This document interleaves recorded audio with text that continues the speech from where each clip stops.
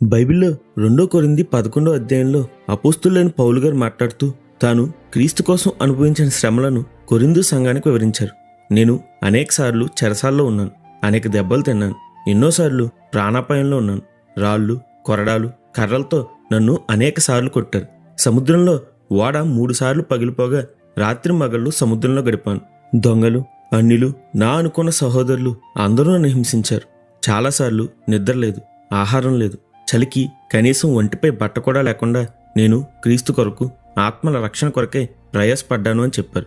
కానీ అపోస్తులైన పౌలు గారు వీటిని ఏ రోజు సువార్త ప్రకటించకుండా తప్పించుకోవడానికి సాకులుగా చేసుకోలేదు. నన్ను బలపరిచే క్రీస్తులో నేను సమస్తం చేయగలను. నా మటుకైతే బ్రతుకుట క్రీస్తే, చావైతే లాభం. అయ్యో, నేను సువార్త ప్రకటించకపోయినట్ల నాకు శ్రమ అని ఎంతో గొప్పగా దేవుని సువార్తను ప్రకటించారు. ఇదే విధంగా ఒక భక్తుడు ఎన్ని కష్టాలు వచ్చినా స్థిరంగా చైనాలో సువార్త ప్రకటించి ఎన్నో ఆత్మలను రక్షించాడు. ఆయనే చైనా ఇన్లాండ్ మిషన్ స్థాపకుడు హడ్సన్ టైలర్.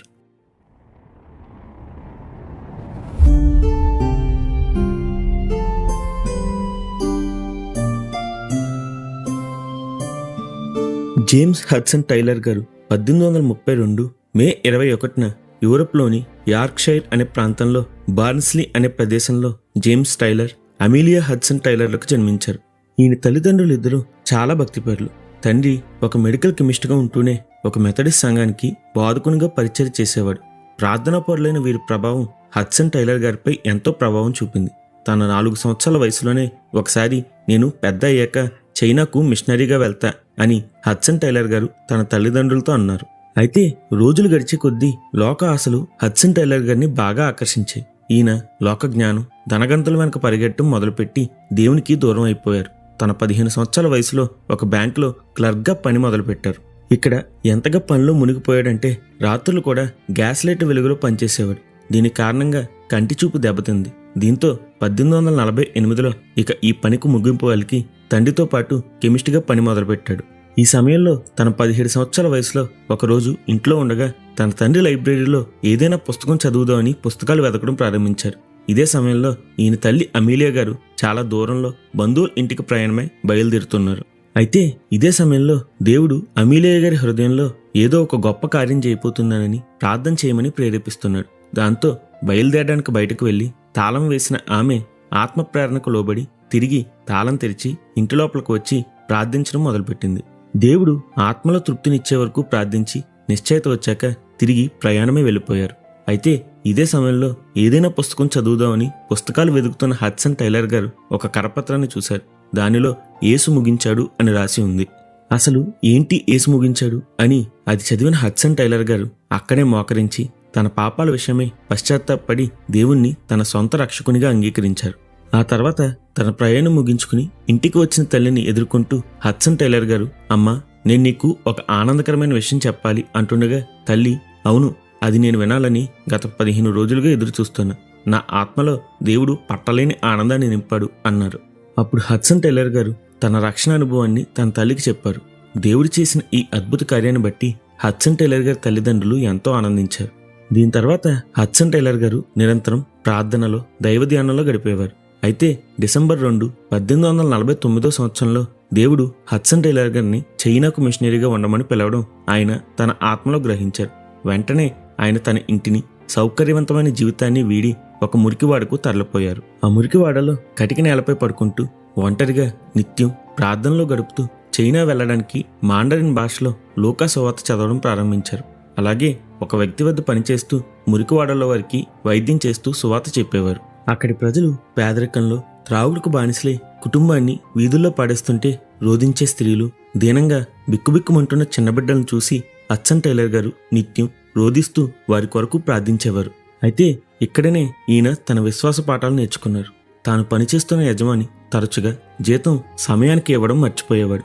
అలాగే తాను మర్చిపోతే అడిగి తీసుకోమని హడ్సన్ టైలర్ గారికి చెప్పేవాడు. కానీ ఈయన ఎవరిని నోరు తెరిచి డబ్బులు అడిగేవారు కాదు. ఒకరోజు తన వద్దున్న డబ్బులన్నీ పూర్తయిపోయి కొద్దిగా చిల్లర మాత్రమే ఉంది. ఈ సమయంలో ఇంటికి వస్తుండగా ఆకలితో బాధపడుతున్న ఒక కుటుంబాన్ని హడ్సన్ టైలర్ గారు చూశారు. తన వద్ద డబ్బులు లేక ఒక్కపూటే ఆహారం తీసుకుంటున్న ఈయన వారిని చూసి, దేవా, వారికి సహాయం చెయ్యి అని ప్రార్థిస్తుండగా దేవుడు తననే వెళ్ళి సహాయం చేయమన్నాడు. తన వద్దన్న డబ్బులు వారికిచ్చేసి ఖాళీ జేబుతో ఇక ఆ రోజుకు ఆహారం లేకుండానే హడ్సన్ టైలర్ గారు పడుకున్నారు. కానీ ఉదయాన్నే ఆయనకు ఒక ఉత్తరం వచ్చింది. దానిలో ఒక స్నేహితుడు తానిచ్చిన డబ్బు కంటే 400 రెట్లు ఎక్కువగా ఆయనకు పంపించాడు. ఇది చూసిన హడ్సన్ టైలర్ గారు, ఆహా, దేవుని బ్యాంకు ఎంత బాగుంది, ఇచ్చి 10 గంటలు కూడా కాలేదు, వెంటనే 400 రెట్లు తిరిగి నాకు పంపాడు అని దేవుని కీర్తించాడు. అంతేకాదు, ఒకసారి ఇంటి అద్దె కట్టడానికి కూడా డబ్బులు లేవు. సరిగ్గా అదే సమయానికి ఏం చెయ్యాలని ఆలోచిస్తుండగా తాను పనిచేస్తున్న యజమాని ఇంటికి వచ్చి తాను బాకీ ఉన్న డబ్బునంతా హడ్సన్ టైలర్ గారికి చెల్లించి వెళ్ళిపోయాడు. ఇలా ఎన్నో విశ్వాస పోరాటాల్లో దేవుడు ప్రతిసారి గొప్పగా సహాయం చేస్తూ హడ్సన్ టైలర్ గారి విశ్వాసాన్ని బలపరిచాడు. ఇదే సమయంలో 1853 సెప్టెంబర్ 19న చైనీస్ ఇవాంజలైజేషన్ సొసైటీ వారు హడ్సన్ టైలర్ గారిని చైనాలో సువార్తకి పంపించారు. ఇలా చైనాకు పడవలో వెళ్తున్న ఈయనకు ఒక గొప్ప ప్రమాదం ఎదురైంది. ఉన్నపాటున పడవ ఒక వరద ప్రవాహంలో చిక్కుకుని నరమాంసభక్షకులు ఉండే దీవికి చేరుకోబోయింది. కానీ దేవుడు బలమైన గాలిని పంపి పడవను దారిలో పెట్టగా చివరికి 1854 మార్చి 1కి హడ్సన్ టైలర్ గారు చైనా చేరుకున్నారు. అయితే చైనాలో అప్పటికే యుద్ధాలు జరుగుతున్నాయి. వేరొక పక్క వాతావరణానికి ఇమ్మడలేక నిత్యం అనారోగ్యం బాధించేది. అయినా నిలదొక్కుని హడ్సన్ టైలర్ గారు సువార్త చేయడం ప్రారంభించారు. ప్రారంభంలో అక్కడి ప్రజలు ఆయన నల్లకోటి దయ్యం అని పిలుస్తూ రాళ్లతో కొట్టి బురద జల్లేవారు. కానీ ఆయన మాత్రం వారికి వైద్యం అందిస్తూ సువార్త చేస్తుండగా కొన్ని రోజులకు చేరికయ్యారు. అయితే అక్కడి స్థానిక వైద్యులు న్యాయస్థానంలో ఈయనపై వ్యాజ్యం వేయగా ఈయన ఆ ప్రదేశం విడిచి వేరొక ప్రాంతానికి వెళ్లవలసి వచ్చింది. ఆ తర్వాత విలియం బర్నర్ అనే వ్యక్తితో హడ్సన్ టైలర్ గారు చైనాలో పశ్చిమ ప్రాంతానికి సువార్త చేయడానికి వెళ్లారు. అయితే అక్కడి విపరీతమైన వేడి, అక్కడి దుర్వాసన వల్ల హడ్సన్ టైలర్ గారు తీవ్ర అస్వస్థతకు గురయ్యారు. ఇదే సమయంలో చైనీస్ ఇవాంజలిక్ సొసైటీ వారు ఇక తాము నిధులు ఇవ్వలేమని హడ్సన్ టైలర్ గారికి ఉత్తరం రాశారు.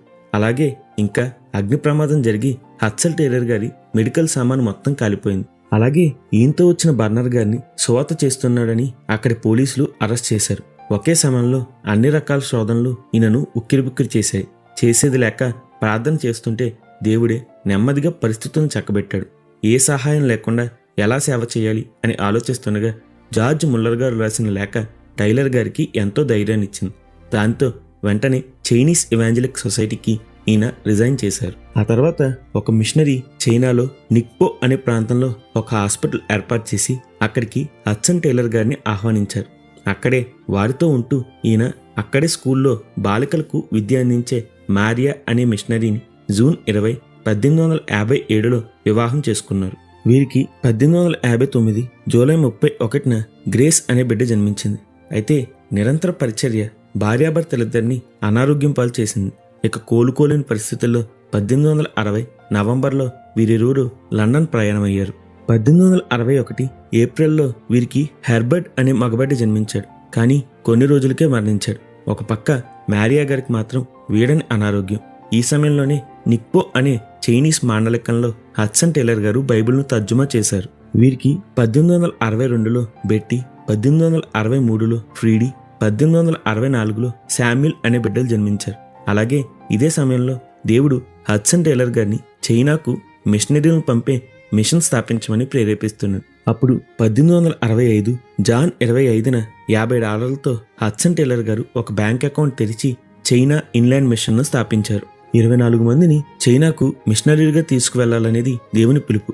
సరిగ్గా సంవత్సర కాలానికి దేవుడు $13,000 విరాళాలను 24 మంది వాలంటీర్ చైనా మిషనరీలను హడ్సన్ టైలర్ గారి వద్దకు నడిపారు.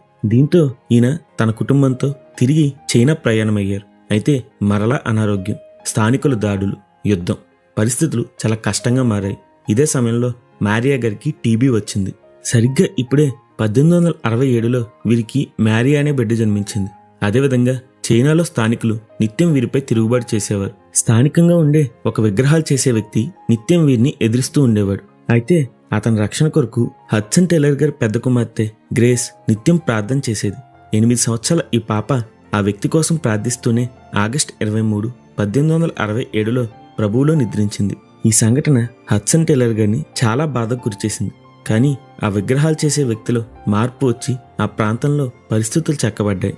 ఆ తర్వాత కుటుంబంతో హడ్సన్ టైలర్ గారు యాంగ్చో అనే ప్రాంతంలో మిషన్ స్టేషన్ ఏర్పాటు చేయడానికి వెళ్లారు. అయితే ఇక్కడి ప్రజలు వీరిపై దాడి చేసి కాంపౌండ్కు నిప్పు పెట్టారు. అయితే బ్రిటిష్ నౌకాదళం వారు వచ్చి వీరిని రక్షించారు. ఈ వార్త ఒక్కో ప్రాంతానికి ఒక్కో విధంగా చేరింది. చైనాలో షాంఘైలోని యూరోపియన్లు దేవుడు వారిని రక్షించినందుకు ఎంతో ఆనందించగా, ఇదే వార్త లండన్లో ఒక పుకారుగా బయలుదేరి హడ్సన్ టైలర్ గారిదే ఏదో తప్పు ఉన్నట్టుగా వ్యాపించింది. ప్రజలందరూ హడ్సన్ టైలర్ గారిని ఏదో నేరం చేసిన వాళ్ళ చూడడం ప్రారంభించారు. చివరికి జార్జ్ ముల్లర్ గారు కూడా ఇది నమ్మి ఈయనకు పంపే విరాళాలు ఆపివేశారు. తన డైరీలో ఈ సమయాన్ని హడ్సన్ టైలర్ గారు ఇలా రాసుకున్నారు: నాకు ఆత్మహత్యకు మధ్య నా భార్య, ఆమె ప్రేమే నిలిచింది అని. అంతగా ఈయన దీని విషయమై కృంగిపోయారు. కానీ దేవుడు పరిస్థితులను చక్కబరిచాడు. ఈ సమయంలో 1870లో హడ్సన్ టైలర్ గారు ఒక నిర్ణయం తీసుకున్నారు. తన 4 బిడ్డల్ని ఎమిలీ అనే ఒక స్త్రీకి అప్పజెప్పి పడవలో ఇంగ్లాండ్కి పంపివేశారు. గుండెలు పగిలిపోయేలా బాధ ఉన్న వారి రక్షణ కొరకే ఇలా చేశారు. కానీ బెంగతో పడవలో ఒక బిడ్డ మరణించాడు. అలాగే ఈ సమయంలో 1870లో నోయల్ అనే బిడ్డ జన్మించి 13 రోజులకే మరణించాడు. అలాగే జూలై 23న 1870లో కలరా, టీబీ వ్యాధితో హడ్సన్ టైలర్ గారి భార్య 33 సంవత్సరాల మరియా గారు కూడా ప్రభువులో నిద్రించారు. బాధ వెనుక బాధ, కష్టం వెనుక కష్టం. కానీ ఏ రోజు హడ్సన్ టైలర్ గారు కృంగిపోలేదు. 1871లో ఈయనకు లివర్ అనారోగ్యానికి గురై రాత్రులు నిద్ర పట్టేది కాదు. కానీ సేవ మాత్రం ఆగలేదు. అలాగే ఒకసారి ఈయనకు పెరాలసిస్ కూడా వచ్చింది. కానీ దేవుడు స్వస్థపరిచాడు. ఇలా ఆలు పెరగక 51 సంవత్సరాలు చైనాలో సేవ చేసి హడ్సన్ టైలర్ గారు దాదాపుగా 300 మిషన్ స్టేషన్లను చైనాలో ఏర్పాటు చేశారు. 800 మిషనరీలను, 500 మంది స్థానిక చైనీస్ పరిచారకులను తయారు చేశారు. దాదాపుగా 50,000 మందిని రక్షణలోకి నడిపి బాప్తిసం ఇచ్చారు. ఇలా ఆలు పెరగక సేవ చేసి 1905 జూన్ 3న తన రక్షకుని కలుసుకోవడానికి పరలోకం ఎక్కిపోయారు. హడ్సన్ టైలర్ గారు ఎప్పుడు ఇలాగంటారు: దేవుడి పని ఎప్పుడూ 3 దశల్లో జరుగుతుంది. మొదట అది అసాధ్యంగా తోస్తుంది, తర్వాత అది చాలా కష్టంగా సాగుతుంది, కానీ చివరికి అది పూర్తయిపోతుంది. నిజంగా ఈ మాటలు ఎంత అమూల్యమైనవో కదా. దేవుని చిత్తం కూడా మొదటిసారిగా తెలుసుకున్నప్పుడు అసలు మనకది అసాధ్యమైన విషయంగా తోస్తుంది. కానీ మొదలు పెట్టాక ఎన్నో కష్టాలు, ఇబ్బందులు ఎదురైన పని కొనసాగుతుంది. కానీ ఒకరోజు ఆయన చిత్తం నెరవేరుతుంది. ఆ రోజు మనం చూసే ఫలితాలు నిజంగా వాగ్దానం చేసిన దేవుడు నమ్మదగినవాడు అని చూపిస్తాయి.